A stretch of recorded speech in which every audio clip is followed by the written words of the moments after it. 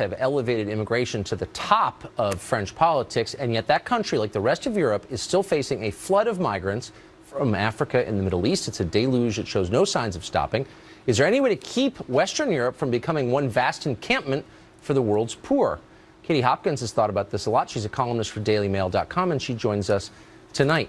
Katie, is there a way to stop what seems like an endless stream of people from these regions coming into Europe? I don't believe there is. You know, in 2015, I said in quite a tough article, stop the boats. We should send the military to stop the boats crossing the Med, just like the Australians did. We did nothing about it. In fact, we just had a collective kind of mourn about this baby that got washed up on the beach, and then Merkel opened the borders and said, do come, let them all come. And we're still paying the price for that now. 2 years later, and we just had 8,000 migrants arrive in one weekend to Italy, 33,000 so far this year, and more alarmingly than ever, the non-governmental organisations are providing a rescue service which is now operating more or less as a free ferry service direct from Libya to Italy. And I think that's specifically the problem now, is that we have charities providing a ferry service from Libya to Italy direct. So I can only see this problem getting worse.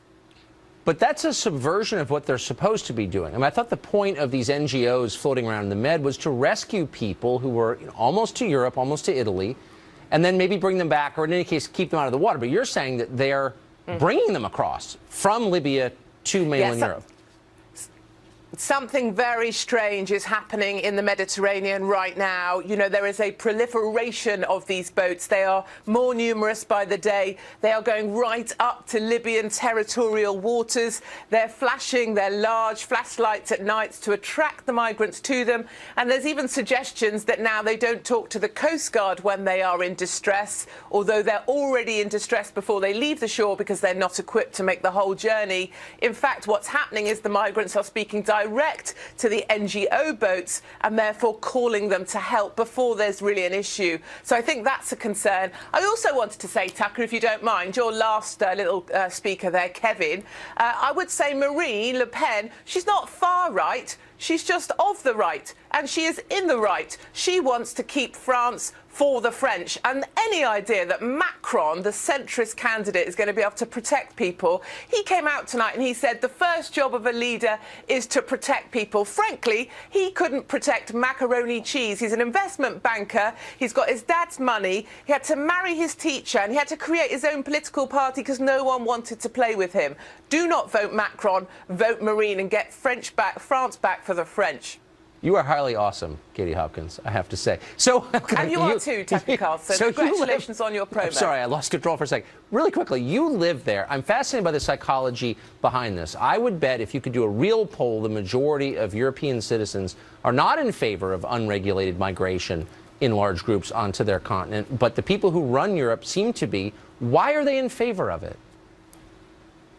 Oh, they love it. They love an open border. They love the idea that you should just bring people over, have them come. I heard one of your contributors the other night say, we should be taking more of these people. And they don't see the truth. They won't listen to the hard truth. The truth is, the guy that took the truck and drove it into the Christmas market in Berlin, he came via Italy. These people are bringing over monsters. Many of them have been radicalized by IS in camps in Africa. They're paid $1,000 if they make the trip across the Med and then sign up to fight for ISIS. These are the people that liberals seem to want to welcome in the name of equality, and I think it's people like me, right-minded people, who want to send them home. This guy that had just attacked in Paris, he was well known to the authorities. He had a 20-year prison term for attacking police historically, and sadly, DailyMail.com have been writing about it tonight, and sadly they released him early, only for him to draw up alongside a police van, get out a Kalashnikov or assault rifle